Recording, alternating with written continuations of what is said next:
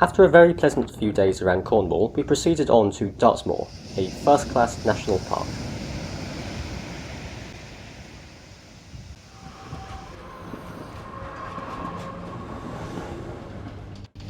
The 70A in Plymouth starts off as an ordinary city bus, but then does something quite unusual. The bus goes onto a ferry. This is the Torpoint chain ferry from Plymouth in Devon to Cornwall on the other side.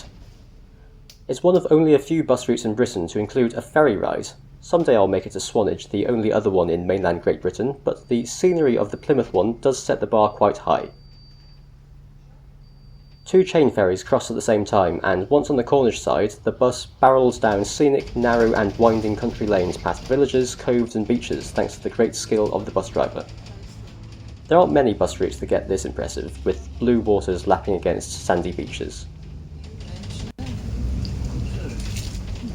The bus follows the top of the cliff all the way to the village of Cremyll, with its own pedestrian ferry back to Plymouth, another one of the 4 river ferries of this, Britain's Ocean City.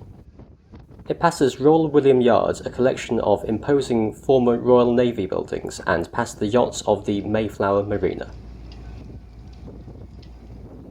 After a short walk around Plymouth Hoe, a promontory overlooking the mouths of the rivers Tamar and Plym, it was time to continue on to Dartmoor.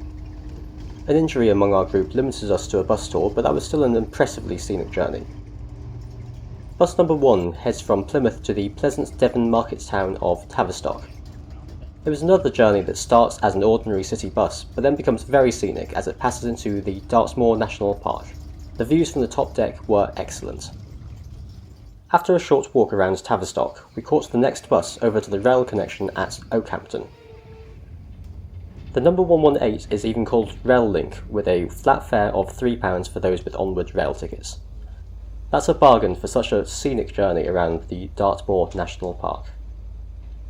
Having visited Plymouth earlier, it was a very appropriate postcard to send together with the Dartmoor National Park first class stamp for our journeys around Devon. We even got a glimpse of the Meldon Viaduct, an old cast iron railway viaduct that once carried the line past Okehampton through Tavistock to Plymouth. This route that's now only possible by bus. We soon arrive at Okehampton Station, which was closed in the 1970s after the rest of the line closed, but which has just recently had a regular rail service resumed in 2021. I hope you've enjoyed these journeys around Devon and Dartmoor. Join me next time for another first-class national park, and thanks for watching.